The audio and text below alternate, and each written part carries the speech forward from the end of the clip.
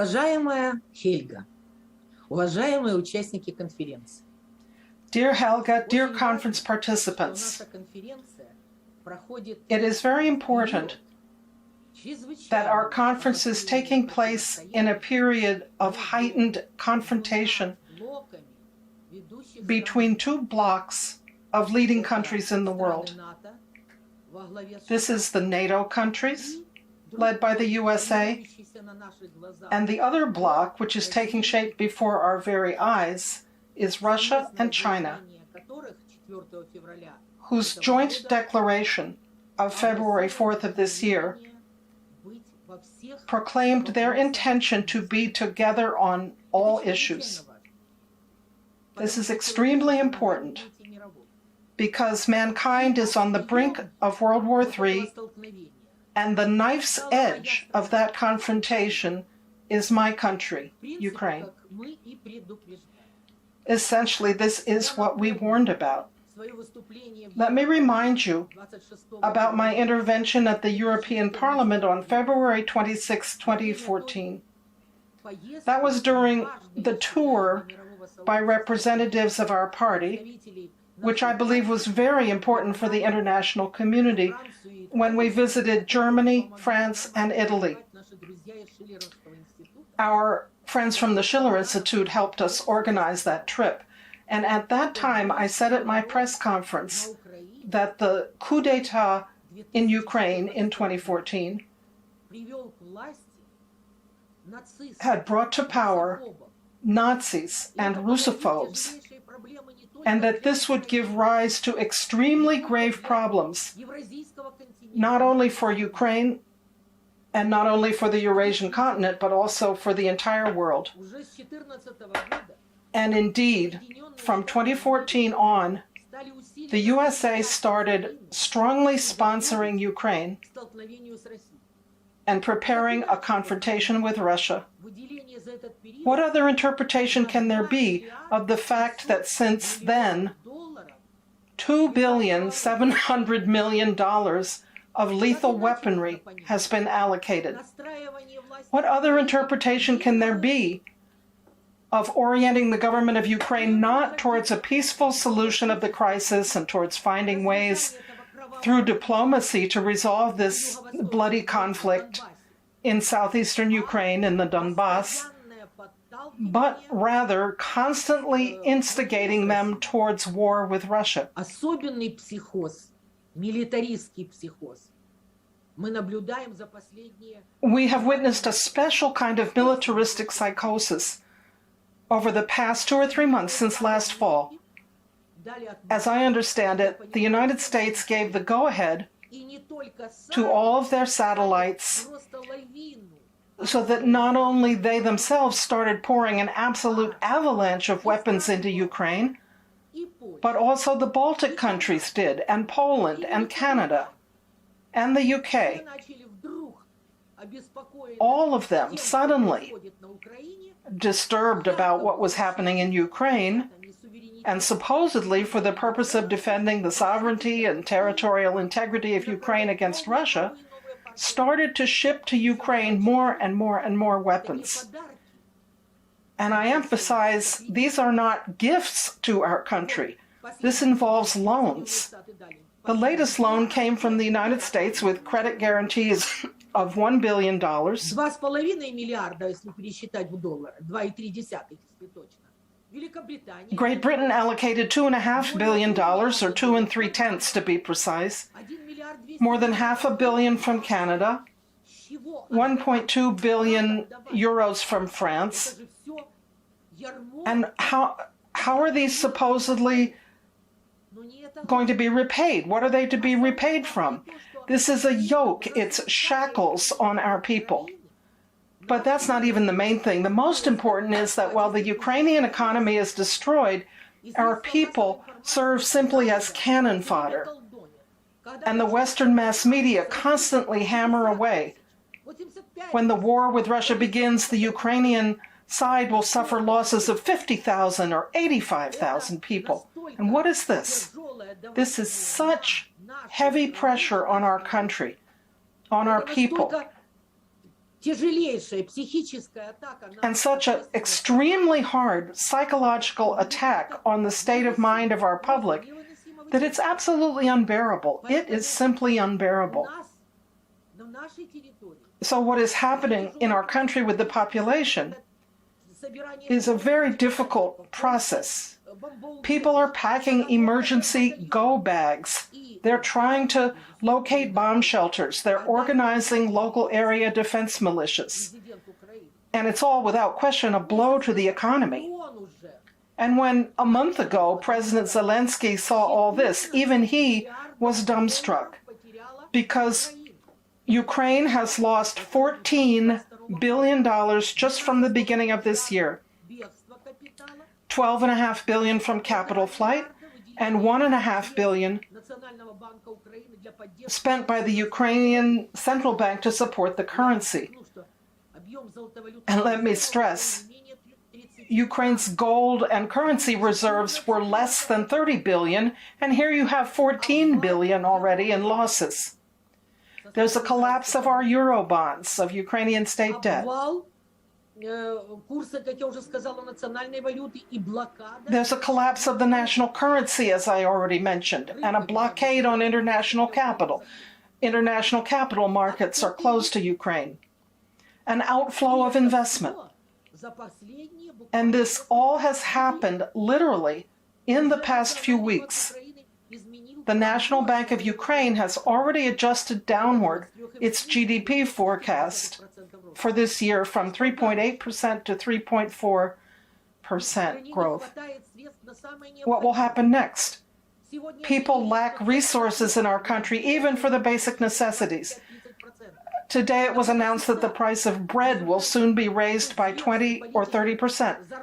And that's when we already, because of brutal pension and wage policies, have the most impoverished population in Europe, with the shortest lifespan. This is what comes from the efforts to set our countries against each other. And that's when Russia has repeatedly said that they have no intention of invading Ukraine. They are doing their military exercises on their own territory. But the Western media, the United States, and Great Britain don't listen to that.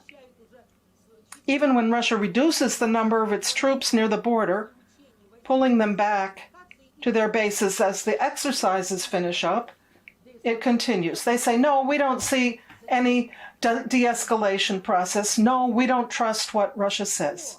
And what is the purpose?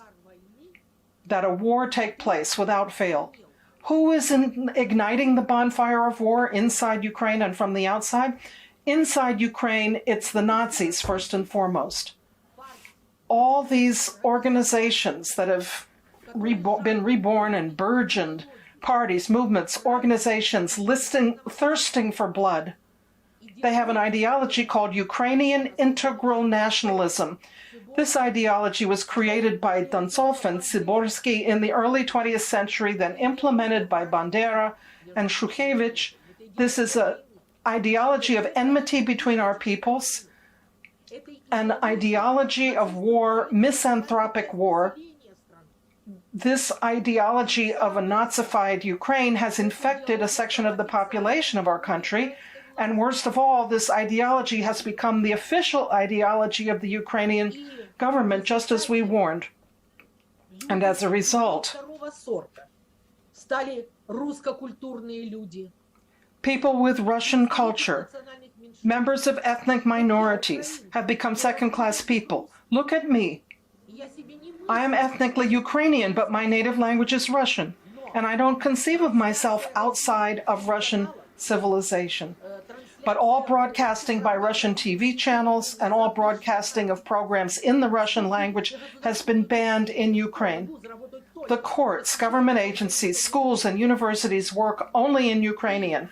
And we have the constant fanning of the psychosis that the Muscovites, pejorative term, must be destroyed. This is said openly on television. That's inside Ukraine. And outside Ukraine, we see that the USA, headed by Biden, who is supposedly concerned about Ukraine's sovereignty, Только нацистов и делают только то, что в их интересах. Почему Байден? listens only to the Nazi ideologues' version, what's in their interests. Why does Biden, who talks about sovereignty, not understand that Ukraine's sovereignty was incorporated in the Declaration of State Sovereignty and that our sovereignty was upheld in 2 referendums in 1991? The referendums, one in March and one in December. And since that's the case, Western democracy should have supported democracy in Ukraine. But that means people's power and the will of the people. Read the Declaration of State Sovereignty. Look at what our population voted for. Remember that this was the kind of Ukraine that the international community supported. This was the kind of sovereignty that was recognized as the sovereignty of Ukraine. And it included non-bloc status, neutrality for Ukraine. And it included a union state with Russia and Belarus. If we had had a union state, there would have been no problem with Crimea. Crimea would have remained the favorite child of both Ukraine and Russia rather than being an object of contention. Therefore, today it's important to realize what must be done in order to change the situation radically and not allow a war. I'll divide this into 2 parts, what Ukraine must do and what the international community must do. The top priority for Ukraine is to carry out denazification. What's needed is to help the Ukrainian government with united efforts by the entire world community to ban all parties, movements, and organizations with a Nazi orientation. There are sufficient international norms and principles for doing this. I'll just name the conventions which authorize the international community to help Ukraine in this respect.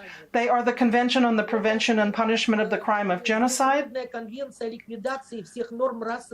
the International Convention on the Elimination of All Forms of Racial Discrimination, and the International Covenant on Civil and Political Rights. It's all spelled out there. A ban on war propaganda, a ban on the functioning of organizations that take a position of racial discrimination on the basis of race, ethnicity, or any other criteria. That's what needs to be done in Ukraine. And it's of outstanding importance for Ukraine. And it has to be understood that without the following, Ukraine will not survive. After denazification, the restoration of our non-bloc status and allowing us to implement what was the expressed will of our people, a union state with Russia and Belarus. As for the international side, what needs to be done? Of course, we passionately hope and pray that Russia and China together will be able to convince the USA and Germany to sit down at the negotiating table and work out a new world architecture to find those principles and validate them and put them at the basis of some documents which provide a possibility for peaceful coexistence of different countries with respect for their national interests and distinctive characters. And of course, we need to change the world economic model. We remember how Lyndon LaRouche explained to us that without a radical change in the economic model, there will be no sustained development. And it will be impossible to defend the national interests of different countries. This is what all progressive humanity should strive for, and that is the position of our Progressive Socialist Party of Ukraine. Thank you very much for listening.